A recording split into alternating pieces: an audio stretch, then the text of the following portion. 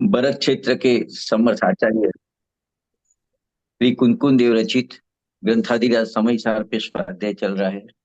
उसमें कर्ता कम अधिकार चल रहा है। अभी गाथा 92 गाथा आज चलेगी।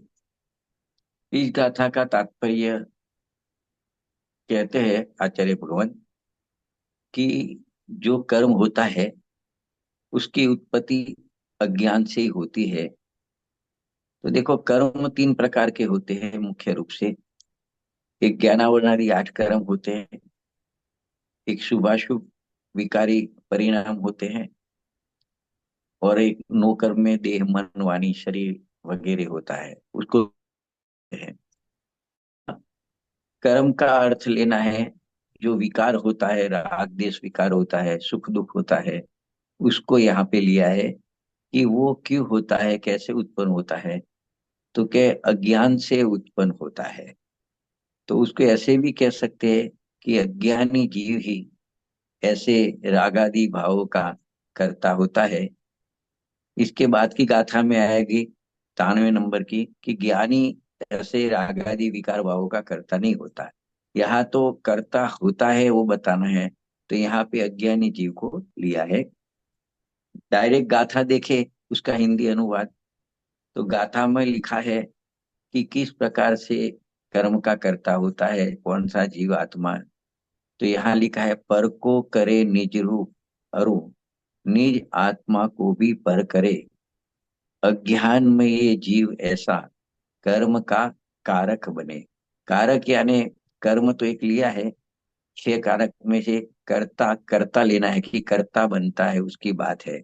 मतलब गाथा में ये समझाया है कि जो पर को अपने रूप करता है और अपने को भी पर रूप करता है, वह अज्ञानमय जीव कर्मों का कर्ता होता है, राग द्वेष भावों का कर्ता होता है। तो देखो, पर को अपने रूप करता है तो कोई कर नहीं सकता है, पर को अपने रूप कर नहीं सकता है।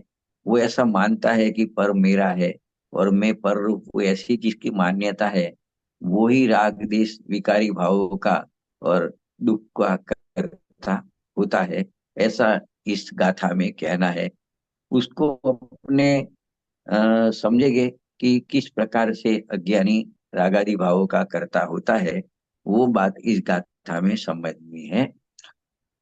तो देखो, यह आत्मा को जब तक अज्ञान है तब तक वो कभी ऐसा नहीं मान सकता, नहीं जान सकता कि मैं पर को, राग को, या जो व्यवहार रत्नते के परिणाम होते हैं ज्ञानी को, मतलब उसकी भूमिका में जो जो शुभ राग होता है, ऐसे विकल्पों से मैं भिन्न हूं, ऐसा वो कभी नहीं जान सकता। क्योंकि उसके पास अज्ञान पड़ा है। और जब तक अज्ञान है तब तक वो परद्रव्य से भी भिन्न अपने को नहीं जान सकता। पर्याय में जो रागादि भाव होते हैं उनसे भी भिन्न नहीं जान सकता। और जो ज्ञानी के शुभ राग है, ऐसा उसके जीवन में शुभ राग भी होगा। मतलब देव शास्त्र गुरु के श्रद्धा के विकल्प होंगे, शास्त्र का ज्ञान का विकल्प होगा, कोई व्रत आदि पालने का विकल्प होगा। ऐसे राग है, मुझसे मैं जुदा हूं, ऐसा वो कभी नहीं जान सकता है। इसको ऐसे भी कह सकते हैं, पर को राग को या ऐसे शुभ राग के विकल्पों को अपने रूप तथा स्वयं आत्मा को पर रूप, राग रूप या व्यवहार के विकल्प रूप वो मानता है अपने को, उसको करता है कि उसका कर्ता बनता है। तब वो अज्ञानमय परिणित होता है और ऐसे कर्मों का, विकारी परिणामों का वो कर्ता प्रतिभाषित होता है। तो ये बात इसको गहराई से थोड़ी समझनी है। तो अमृतचंद्र आचार्य देव ने इसके लिए दृष्टांत भी दिया है। जब दृष्टांत समझ में आएगा तो ये सिद्धांत में जो रागादि भावों का कर्ता अज्ञानी अज्ञान भाव से होता है, वो बात भी समझ में आएगी। तो देखो, आचार्य देव दृष्टांत के समझाने की कोशिश करते हैं कि जैसे ठंडी या गर्मी, ठंडी या गर्म रूप जो पुद्गल की जड़ की अवस्था है, मतलब पानी कभी ठंडा होता है कभी गर्म होता है, ऐसे समझ सकते हैं। तो ऐसी जो पुद्गल की जड़ की अवस्था होती है, वह अवस्था पुद्गल से अभिन्न है। मतलब वो, उसके पुद्गल द्रव्य और वो अवस्था दोनों भिन्न भिन्न नहीं है। तथा भगवान आत्मा से सदा अत्यंत भिन्न है। क्या कहा, फिर से दृष्टांत समझते हैं कि जैसे पानी होता है, पानी की अवस्था ली दो प्रकार की, ठंडी अवस्था और गर्म अवस्था। तो वो पुद्गल की अवस्था है, तो पुद्गल से भिन्न नहीं है, लेकिन आत्मा से तो अत्यंत भिन्न है वो अवस्था। तो उसके निमित्त से ये अवस्था हुई, तो जो अवस्था हुई उसके निमित्त से जीव में तो उसका ज्ञान होता है कि ये पानी ठंडा है कि गर्म है। तो उस प्रकार का जीव को जो अनुभव होता है, ज्ञान होता है, वो अनुभव ऐसा ज्ञान आत्मा से भिन्न नहीं है, लेकिन वो जीव में जो अनुभव ज्ञान होता है वो पुद्गल द्रव्य से भिन्न है। तो फिर से देखो क्या कहते हैं कि जब पुद्गल की पर्याय ठंडे गर्म रूप होती है, तो वो अवस्था पुद्गल से अभिन्न है और आत्मा से भिन्न है। क्यों? क्योंकि आत्मा कभी ठंडा या गर्म नहीं हो सकता। जैसे मिर्ची होती है, वो मिर्ची खाने से आत्मा कभी तीखा नहीं हो सकता।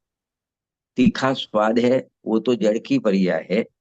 अज्ञानी ऐसा मानता है कि मैं तीखे रूप हो गया, परंतु आत्मा तीखे रूप, तीखे रस रूप कभी होता नहीं है।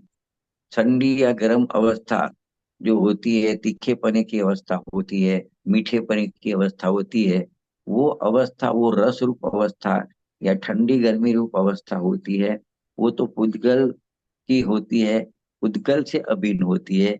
लेकिन आत्मा से, जीव से वो अवस्था भिन्न होती है। अभी ये दृष्टांत चल रहा है, अभी तक तो सिद्धांत की बात अब आएगी। तो मतलब शॉर्ट में क्या कहते हैं, ठंडी व गर्म अवस्था तो आत्मा में नहीं होती, लेकिन आत्मा में उसका ज्ञान जरूर होता है। तो ठंडी गर्म अवस्था है वो पुद्गल से अभिन्न है, आत्मा से भिन्न है। और ठंडी गर्म रूप अवस्था हुई, उसका जो ज्ञान होता है वो ज्ञान आत्मा से अभिन्न है और वो ज्ञान पुद्गल से भिन्न है। तो ये दृष्टांत में समझा है। तो उसी तरह अपने को सिद्धांत में लेना है कि जैसे ठंडी गर्म अवस्था थी, तीखे मीठे रस की अवस्था थी, उस प्रकार से ही ऐसा जो ज्ञान होता है, तो ज्ञान कब होता है कि उसमें ऐसी ठंडी गर्म राग देश जब होता है, तो राग देश सुख दुख की जो अवस्था होती है वो पुद्गल में होती है। और पुद्गल से वो राग देश सुख दुख की अवस्था अभिन्न है, और आत्मा तो उसका ज्ञान रूप परिणमित करता है। तो उसका जो ज्ञान होता है, राग देश हुआ, सुख दुख का जो ज्ञान होता है, वो ज्ञान की पर्याय जीव से अभिन्न है और पुद्गल से भिन्न है। लेकिन राग देश की जो अवस्था है वो पुद्गल से अभिन्न है, जीव से भिन्न है। इतना ही गाथा में समझा। यहाँ कर्म में राग देश लिया है, सुख दुख लिया है। सुख दुख में दुख लिया, सुख यानी दुखी है, वो अतीन्द्रिय सुख नहीं लिया, इंद्रिय जनी सुख लिया यानी दुखी लिया है। तो ये जो अवस्था होती है, राग देश, जो जितने भी विकार होते हैं, क्रोध मान माया लोभ, सुख दुख का जो परिणाम होता है, वो परिणाम पुद्गल में होता है, जीव को में नहीं होता। जैसे शीत उष्णता अवस्था पुद्गल में होती है, जीव में नहीं होती। जीव में तो वो स्पर्श रस जो अवस्था पुद्गल की उसका ज्ञान होता है। इस प्रकार से जो राग देश रूप परिणमन होता है, उसका जीव में तो ज्ञान होता है, जीव उससे ज्ञान से अभिन्न है, लेकिन राग देश की अवस्था से भिन्न है। और जो पुद्गल है वो राग देश की अवस्था से अभिन्न है और जीव उससे अत्यंत भिन्न है। ये बात यहाँ पे समझानी है। ऐसा क्यों कहा रागादि परिणाम पुद्गल का परिणाम है, जीव का नहीं है, ऐसा क्यों कहा? आगे देखो 91 नंबर की गाथा गई इसके पहले, उसमें ऐसा कहा था कि दो प्रकार का कर्म बताया था, कार्य। एक पुद्गल परमाणु कर्म रूप परिणमित होते हैं, अकर्म में से कर्म रूप, और एक राग देश होता है। तो वहां पे आगे की गाथा में तो अभी ऐसा कहा है कि जीव राग देश को तो करता है, लेकिन राग देश का निमित्त पाकर जो परमाणु कर्म रूप परिणमते हो, कर्म रूप कार्य को नहीं करता है, जीव राग देश करता है। और यहाँ पे क्या करे कि राग देश का परिणाम है वो जीव नहीं कर सकता, राग देश होता है उसका ज्ञान कर सकता है। लेकिन अज्ञानी राग देश और ज्ञान का भेद नहीं जानता है, तो वो स्वयं ऐसा मानता है अज्ञान में परिणमित होके कि मैं राग देश का करता हूँ, तो उसको वो राग देश का कर्ता बनता है। ज्ञानी कभी राग देश का कर्ता नहीं होता। ज्ञानी तो जानता है कि पर्याय में जो राग होता है वो तो पुद्गल का परिणमन है। मेरे में तो जिस प्रकार का राग हुआ उस प्रकार का ज्ञान होता है, तो ज्ञान मेरा कर्म है, राग मेरा कर्म नहीं है। लेकिन जब तक राग और ज्ञान में भेद ज्ञान नहीं प्रकट होता तब तक वो अज्ञानी रहता है। और ज्ञान को तो अपना कार्य जानता ही नहीं है, जो राग रूप परिणमन होता है उसको ही अपना कार्य जानता है। ये यहाँ पे समझाया है। तो एक प्रश्न हो सकता है कि आगे की गाथा में तो ऐसा कहा था कि जीव राग देश रूप परिणमन करता है, और यहाँ कहा कि राग देश रूप परिणाम पुद्गल का है। तो ऐसा क्यों पलटी मार दी यहाँ पे इस गाथा में? तो देखो, आगे की गाथा में ये सिद्ध करना था कि पुद्गल परमाणु जो कर्म रूप परिणमित होते हैं वो पुद्गल का कार्य है। लेकिन वो कर्म रूप परिणमित हुए, वो किसके निमित्त हुए? तो क्या राग देश के निमित्त से। तो जीव राग देश करता है ऐसा कहा, और जीव के राग देश का निमित्त पाकर पुद्गल परमाणु कर्म रूप परिणमित होते हैं। तो वहां पे पुद्गल से और पुद्गल का कार्य जो कर्म रूप परिणमित होना, उससे भिन्न बताने के लिए जीव राग करता है, लेकिन कर्म को नहीं मानता है, कर्म को नहीं छोड़ता है। वो बात अगली गाथा में आई थी। यहाँ पे ये बताना है कि राग होता है साथ में ज्ञान भी होता है। वो दोनों में से जीव क्या कर सकता है? तो क्या जो राग होता है उसका ज्ञान कर सकता है? तो राग कौन करता है? तो क्या राग पुद्गल का है, राग को पुद्गल करता है। इस प्रकार से राग से भिन्न ज्ञान है, वो आत्मा का है। ऐसा वेद ज्ञान यहाँ पे कराना है। और दूसरी बात कि जो रागादि परिणाम होता है वो जीव का स्वभाव नहीं है। तो इसके लिए वो राग होने में निमित्त पुद्गल द्रव्य है। इसके लिए राग को पुद्गल का कार्य कहा है, पुद्गल का परिणाम कहा है। तो यहाँ पे ये नक्की करेंगे कि जो राग हुआ वो जीव का स्वभाव नहीं है। जीव का स्वभाव तो जानना है। तो राग विभाव है। तो विभाव और स्वभाव का भेद ज्ञान कराया है। इसके लिए स्वभाव को तो जीव में रखा और विभाव परिणाम को जीव में नहीं रखा। तो जीव का नहीं है तो उसको अजीव में डाल दिया, पुद्गल में डाल दिया। तो इस प्रकार से जीव क्या कर सकता है, ज्ञानी जीव क्या करता है? तो क्या ज्ञानी को पर्याय में राग आता है पर के निमित्त से, लेकिन वो ये जानता है कि राग मेरा कार्य नहीं है। ये राग आया ऐसा मेरे को ज्ञान होता है। वो मेरा कर्म तो मेरा ज्ञान है, तो वो ज्ञान का कर्ता होता है। और अज्ञानी ऐसा वेद ज्ञान नहीं कर सकता। तो वो राग को ही अपना कर्ता मानता है और वो राग को करता हुआ प्रतिभाषित होता है। देखो, ये बातें बहुत सूक्ष्म बातें हैं। राग से भी अपने जीव की पर्याय में होता है, उससे भी वेद ज्ञान कराने के लिए इस प्रकार की गाथा वो लिखते हैं। तो बहुत शांति से, धैर्य से ये सब बातें सुननी चाहिए। फिर से एक दफे दृष्टांत और सिद्धांत को दोहराते हैं 2 मिनट में। कि देखो, शीत उष्ण रूप अवस्था होती है। यहाँ पे ये कह रहे हैं कि समझो पानी कभी ठंडा होता है कभी गर्म होता है। ऐसी जो अवस्था होती है वो पानी की है, तो पानी पुद्गल है, तो वो अवस्था पुद्गल की है। तो जिस प्रकार से शीत उष्ण रूप अवस्था पुद्गल से अभिन्न है, पुद्गल में होती है, और वो अवस्था का ज्ञान होता है। तो जीव में ज्ञान होता है, उसमें वो अवस्था निमित्त होती है। तो ज्ञान तो जीव का परिणमन है, लेकिन वो अवस्था पुद्गल का परिणमन है। तो अभी श्री कृष्ण की तक जगह पे राग देश ले लो, कि जो राग देश होता है वो पुद्गल का परिणमन होता है, और राग देश का ज्ञान होता है वो जीव का परिणमन है। तो राग देश जीव का परिणमन नहीं है। जीव को जब ज्ञान होता है उसमें राग देश तो निमित्त रहते हैं। तो वो जो निमित्त होता है वो परद्रव्य होता है, तो उसको पुद्गल में यहाँ पे डाल दिया है। तो जैसे राग देश की बात की, शीत उष्णता की बात की, उसी तरह जो दया के परिणाम होते हैं, दान के परिणाम होते हैं, व्रत भक्ति आदि के परिणाम होते हैं, हिंसा झूठ चोरी आदि के जो अशुभ परिणाम होते हैं, पाप परिणाम होते हैं, तथा सुख दुख की जो कल्पना होती है, ये सब यहाँ पे पुद्गल का परिणाम कहा है, पुद्गल का कार्य है ऐसा कहा है। क्योंकि यहाँ पे तो वो जो परिणाम बताया अशुभ राग और शुभ राग या पाप और पुण्य का, वो आत्मा की चैतन्य जाति के परिणाम नहीं है। चैतन्य से रहित है, इसके लिए उसको अजीव में पुद्गल में डाला है। और ऐसे पुण्य पाप परिणाम है, वो पुद्गल से अभिन्न है और आत्मा से अत्यंत भिन्न है। और आत्मा में क्या होता है, तो वो जो पुण्य पाप के परिणाम होते हैं, उसके उस वो जिसमें निमित्त बनते हैं, ऐसा जो ज्ञान होता है, वो ज्ञान का परिणमन है, वो आत्मा का परिणमन है, जो पुद्गल से अत्यंत भिन्न है। ये बात यहाँ पे समझाते हैं। ऐसे बहुत सरल बात है, लेकिन जब तक इसका अभ्यास और मनन गुडन नहीं होता, तो थोड़ा ये बात कठिन लग सकती है। लेकिन मूल बात समय सार में यही बताया है कि जीव परद्रव्य से तो भिन्न है, देह मन वाणी से तो भिन्न है, 8 कर्मों से तो भिन्न है, लेकिन पर्याय में जो विभाव होता है, शुभाशुभ परिणाम होता है, पुण्य पाप का परिणाम है, वो भी आत्मा का परिणमन नहीं है। आत्मा का परिणमन तो ये जितने भी परिणाम होते हैं, उसका ज्ञान होता है, वो आत्मा का परिणमन है, क्योंकि वो स्वभाव रूप परिणमन है। तो जितना भी विभाव रूप परिणमन है, विकार रूप परिणमन है, वो सब कुछ घर में डाल दिया है। यही समय सार में समझने की बात है। क्योंकि देखो, जो भगवान आत्मा है, अपनी आत्मा है, वो स्वभाव से देखे तो शुद्ध चैतन्यमय धातु है, वो आनंद से भरी हुई चीज है।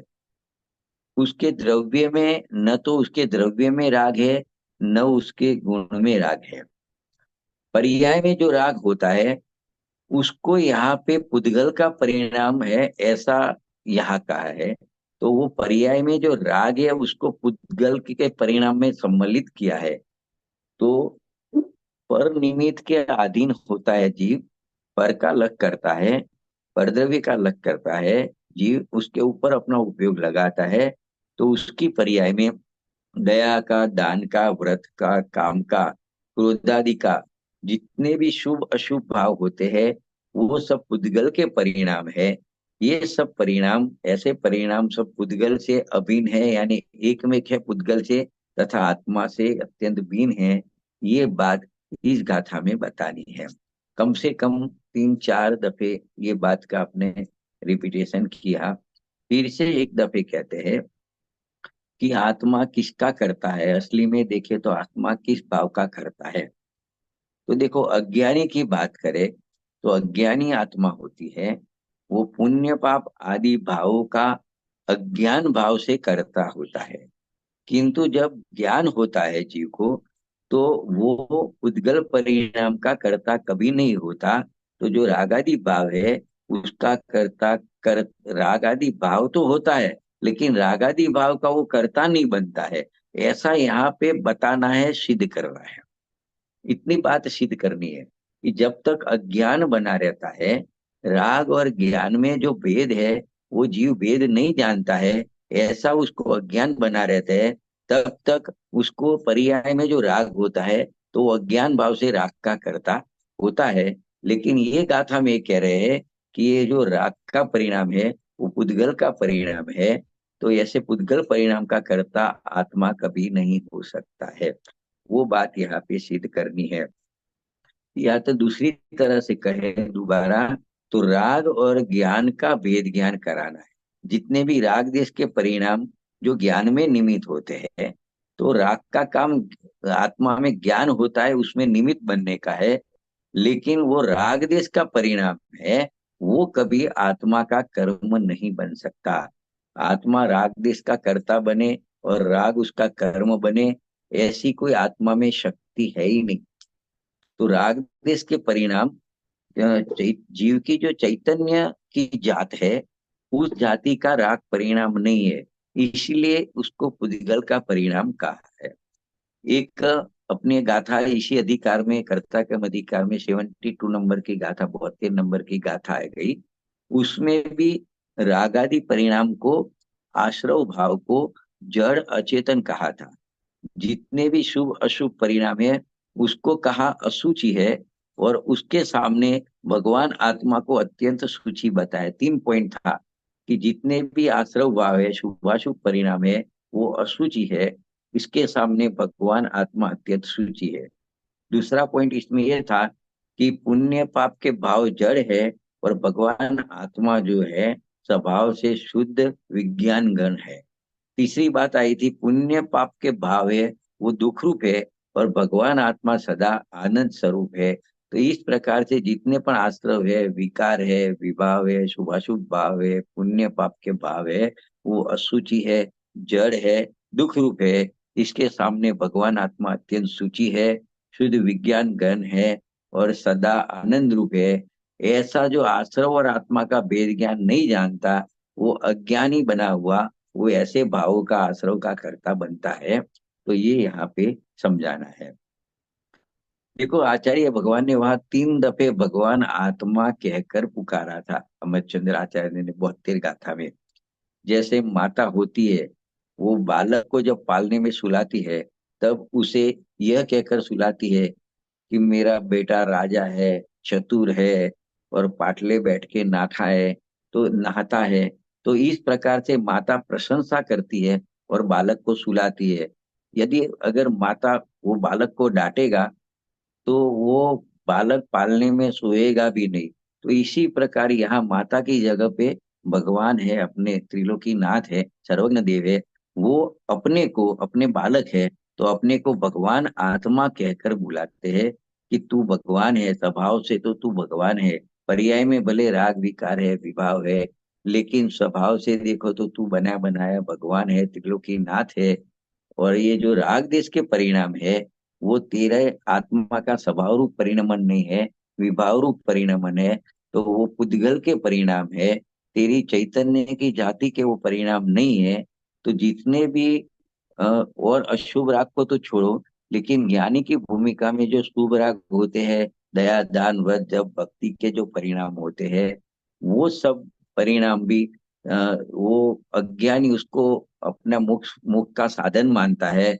लेकिन यहाँ तो कहते हैं कि वो परिणाम जड़ पुद्गल के परिणाम है, अचेतन है, वो मोक्ष का साधन कैसे हो सकता है। ऐसा कह के राग पे से दृष्टि हटा के राग का अभाव कराने के लिए उसका ज्ञान आत्मा का परिणमन ऐसा कह के, ज्ञान तेरा कार्य ऐसा कह के, ज्ञान स्वभावी तो आत्मा है, तो ऐसे अपने ज्ञान स्वभावी आत्मा की दृष्टि करानी है, उसकी प्रतीति करानी है, उसका ज्ञान कराना है, और उसमें उपयोग की लीनता स्थिरता करानी है। तो सम्यक दर्शन, सम्यक ज्ञान, सम्यक चारिता की प्राप्ति होती है।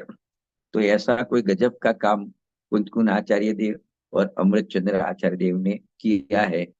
वहां तो अमृत चंद्र आचार्य देव ने कहा है कि आत्मा तो आत्म राम है, जो अतीन्द्रिय आनंद में रमता है उसे आत्म राम कहते हैं, और जो राग में रमता है वो आत्म राम नहीं है, वो तो हराम है। ऐसा अमृत चंद्र आचार्य देव ने कहा है। 72वीं गाथा में राग को अनात्मा कहा है, जड़ कहा है, और जीव अजीव अधिकार में ऐसे जो दया दान व्रत के जो राग होते हैं उसको अजीव कहा है। और ये आया कर्ता कर्म अधिकार है, पहले जीव अधिकार है, फिर जीव अजीव अधिकार है, और ये कर्ता कर्म अधिकार है। तो यहाँ पे भी आचार्य भगवान ये कहते हैं कि राग देश के सुख दुख आदि के जो परिणाम है, वो सब पुद्गल की अवस्था है, वो सब परिणाम पुद्गल के साथ एकमेक है, अभिन्न है, और आत्मा से अत्यंत भिन्न है। ऐसी सूक्ष्म बात है, तो थोड़ी शांति से ऐसी बात को समझनी चाहिए। क्योंकि ऐसी बात नहीं समझेंगे तो अपनी जिंदगी तो कमाने में गमाने में व्यर्थ चली जा रही है, और संसार में दुखों में दुखों में घूमकर, संसार में घूमकर दुख उठा रहा है।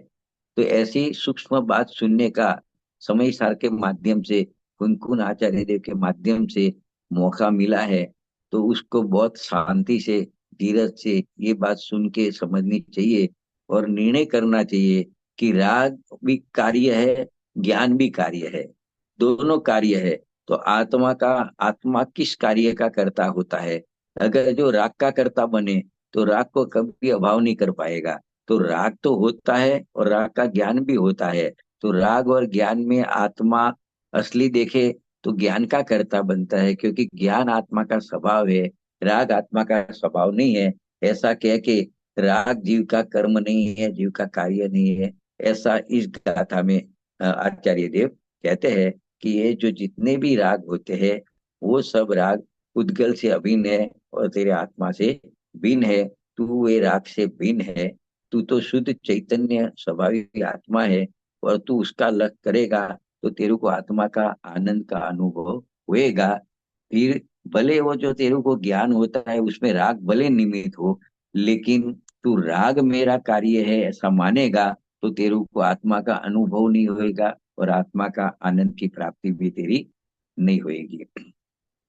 देखो, भगवान ने जिनागम में 9 तत्व कहे हैं, वो 9 तत्व भिन्न भिन्न है। तो उसमें एक जीव तत्व भी है और एक राग वाला आश्रव तत्व भी है।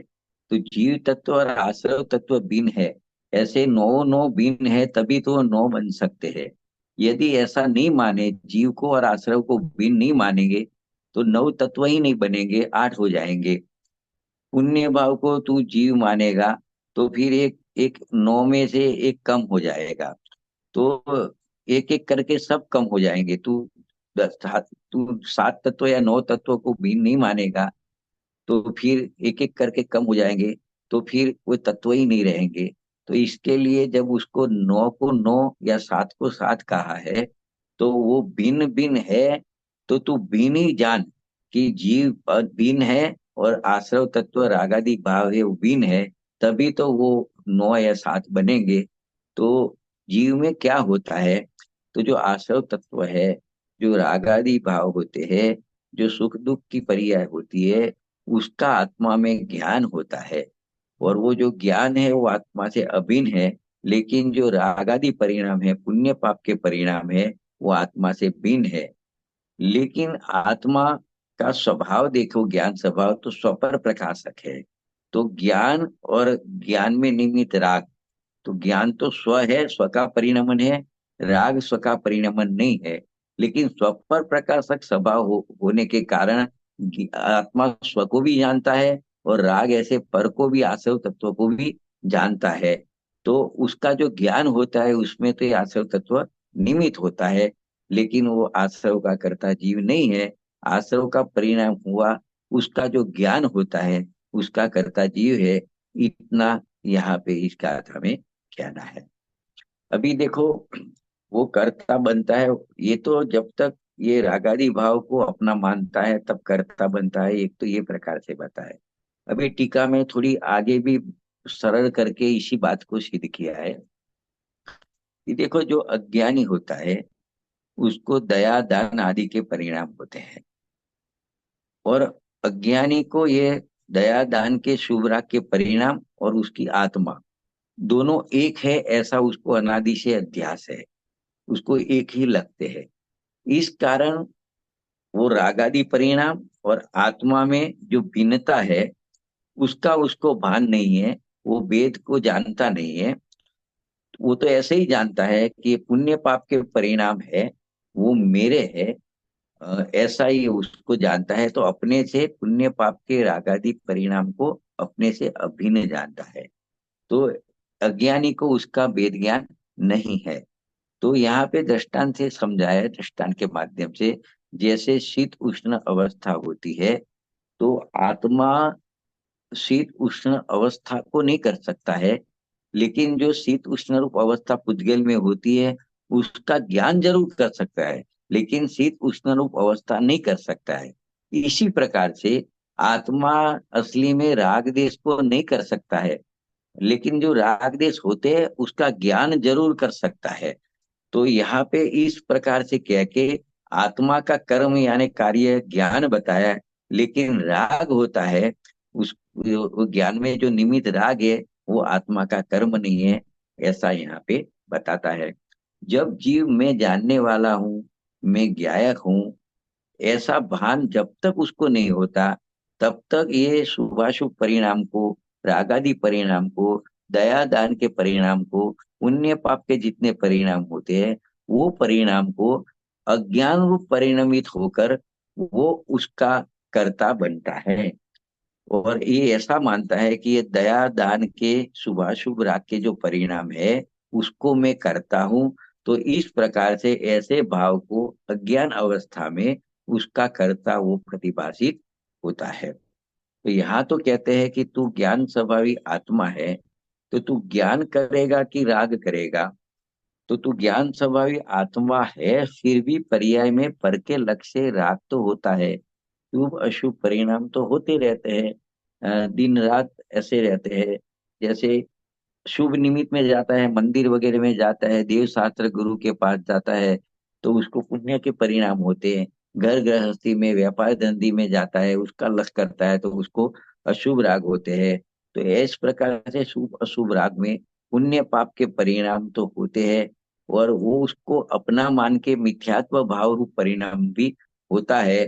तो ये सब जो परिणाम है, शुभाशुभ परिणाम है, रागादि परिणाम है, मिथ्यात्व के परिणाम है, वो सब आश्रव भाव है। और आत्मा तो आश्रव, ये आश्रव परिणाम है, वो आत्मा के स्वभाव से विपरीत परिणाम है।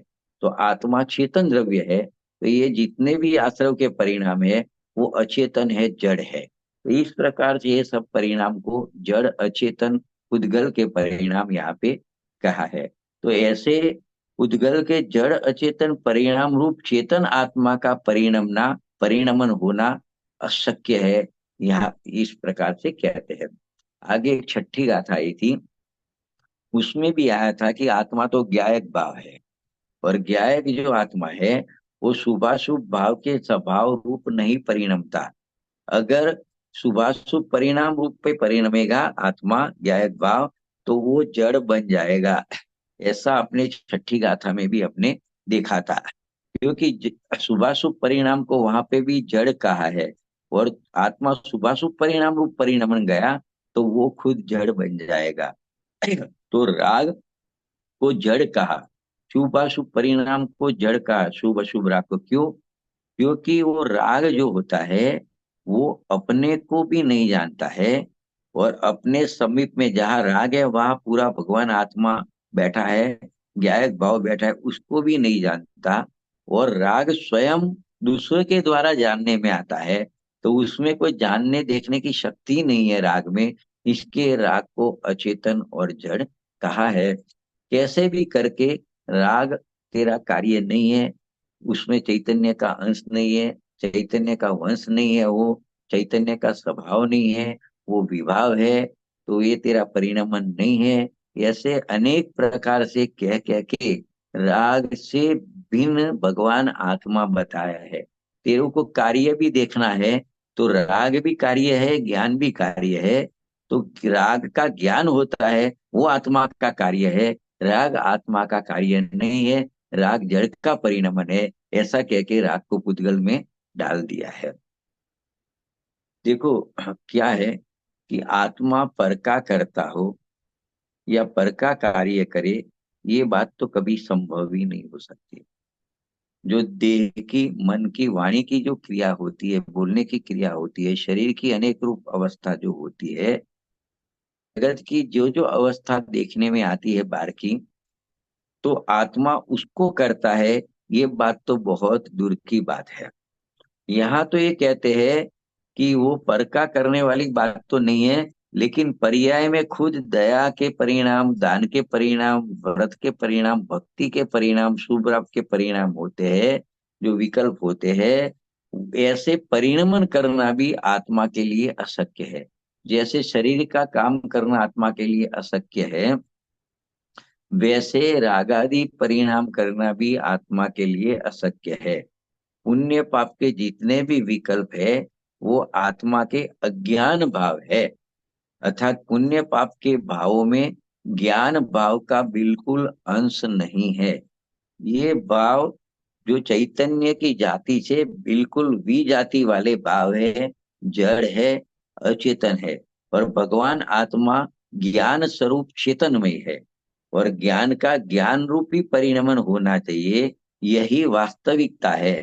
परंतु जो जीव अपने ऐसे ज्ञान स्वरूप, ज्ञायक स्वरूप अपने आत्मा को नहीं जानता, ऐसे आत्मा की जिसको दृष्टि नहीं है, ऐसा मिथ्या दृष्टि अज्ञानी जीव को ऐसा भाषित होता है कि मैं राग द्वेष रूप पुण्य पाप के भाव रूप परिणमन करता हूँ। इस प्रकार ज्ञान का अज्ञानत्व प्रकट करता हुआ वो रागादि भावों का कर्ता होता है। अज्ञानी इस प्रकार से रागादि भावों का कर्ता होता है। वो अपने ज्ञायक स्वभाव को नहीं जानता। अगर ज्ञायक स्वभाव को जानता तो यही जानता, ज्ञायक का परिणमन तो ज्ञान रूप होता है, तो वो राग होते हुए भी राग को अपना कार्य कभी नहीं मानता, ज्ञान को ही अपना कार्य मानता। लेकिन अज्ञानी को भी परिणमन में तो ज्ञान ही होता है, लेकिन राग को अपना मान के वो ज्ञान का अज्ञान रूप भाव बनाता है, और ऐसा जानता है कि राग में करता हूँ, राग मेरा कर्म है। इस प्रकार से वो राग आदि भावों का कर्ता होता है। देखो आगे और देखते हैं कि जिसे ऐसे अपने स्वभाव की दृष्टि का अभाव है, ऐसा मिथ्या दृष्टि जीव ये मानता है कि मैं स्वयं रागी हूँ, मैं पुण्य पाप का करता हूँ, मैं शुभाशुभ भाव का करता हूँ। ऐसा मानता हुआ वह रागादि कर्मों का कर्ता प्रतिभाषित होता है। ये लाइन है, जो छिल्ली दो लाइन बोली, वो पूरी गाथा का निष्कर्ष है, पूरी गाथा का तात्पर्य है। क्योंकि ये अज्ञानी किस प्रकार से रागादि भाव का कर्ता होता है, ये बात ये 92वें गाथा में बतानी है। 93 नंबर की गाथा रहेगी, उसमें ये बताएंगे कि ज्ञानी पर को अपने रूप, अपने को पर रूप नहीं जानता, राग और ज्ञान को भिन्न जानता है। तो राग होते हुए भी वो राग का कर्ता नहीं होता, वो ज्ञान का करता है। अज्ञानी राग और ज्ञान में भेद नहीं जानता है, और तो ज्ञान रूप परिणमन को अपना नहीं मानते हुए राग रूप परिणमन को अपना मानता है, और मैं राग करता हूँ, मैं रागी हूँ, ऐसा मानता है। तो ये यहाँ पे बताना है। ये सब भगवान की दिव्य ध्वनि का सार है, जो कुंदकुन आचार्य देव ने इस शास्त्र में भर दिया है। और अमृतचंद्र आचार्य देव ने टीका में भी यही बात को खोलकर कहा है कि तेरी प्रभुता की तेरे को खबर नहीं है, तू क्या कर सकता है। आत्मा ज्ञानम स्वयं ज्ञानम ज्ञानादन्यत करोति किम। आत्मा ज्ञान में ही है, वो ज्ञान के सिवा क्या कर सकता है। तो ऐसी अज्ञानी को खबर नहीं है। तो देखो यहाँ पे और एक बात बताते हैं, थोड़े उसको सरल करके 2-3 मिनट में निपटते हैं।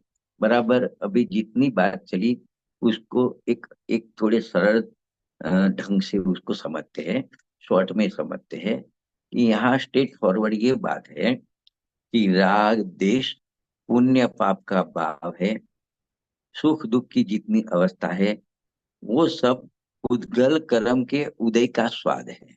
जब पुद्गल कर्म का विपाक होता है तो ऐसे परिणाम बनते हैं। वो परिणाम पुद्गल का स्वाद है, आत्मा के आनंद का स्वाद नहीं है। शीत उष्णता की जो अवस्था है उसकी भांति ये परिणाम, जैसे शीत उष्ण के परिणाम पुद्गल है, उसी प्रकार से ये राग देश पुण्य पाप के परिणाम भी पुद्गल के है, पुद्गल से अभिन्न है। और भगवान आत्मा से ये परिणाम अत्यंत भिन्न है। फिर से दया दान व्रत आदि के परिणाम आत्मा से अत्यंत भिन्न है।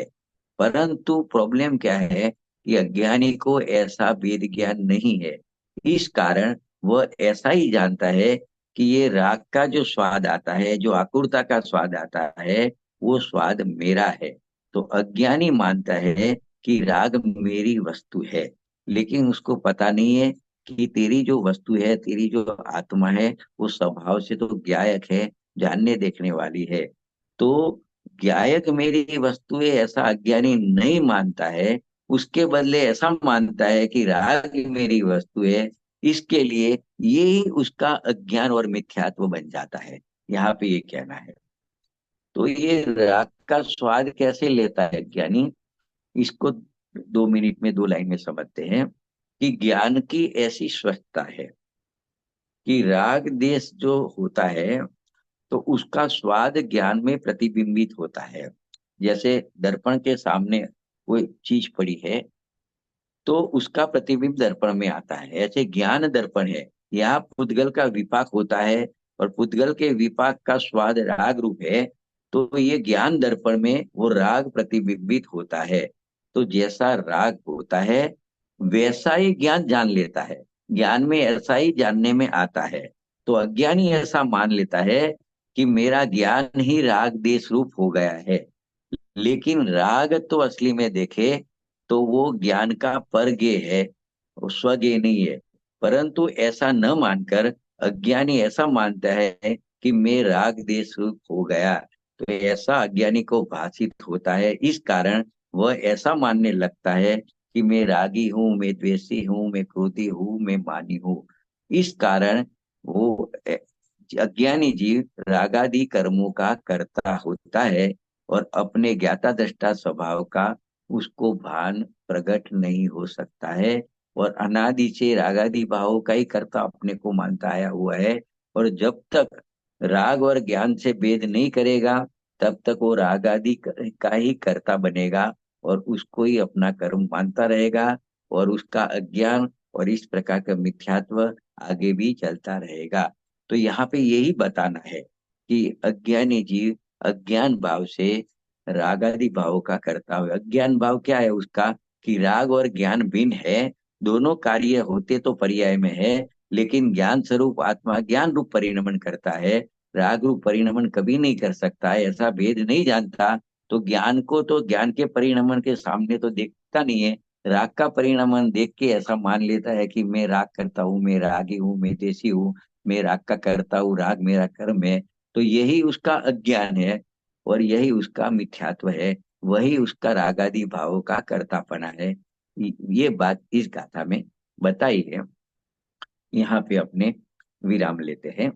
अगली 93 नंबर की गाथा आएगी, उसमें इससे बिल्कुल उलट बात आएगी। यहाँ कहा जो अपने को पर रूप और पर को अपने रूप मानता है, वो रागादि भावों का कर्ता बनता है। वहां कहता है कि जो अपने को पर रूप और पर को अपने रूप नहीं जानता है, वो ज्ञानादि भावों का कर्ता होता है, रागादि भाव का कर्ता नहीं होता है। तो ये अज्ञानी की गाथा है। इसके बाद वाली गाथा ज्ञानी की है। वो अगले स्वाध्याय में अपने 93 नंबर की गाथा लेंगे कि ज्ञानी किस प्रकार से रागादि भावों का कर्ता नहीं होता। यहाँ पे लिया अज्ञानी किस प्रकार से रागादि भाव का कर्ता बनता है, होता तो नहीं है, वो मानता है, बनता है, प्रतिभाषित होता है। ये बात इस गाथा में समझाई है। यहाँ पे अपने विराम लेते हैं।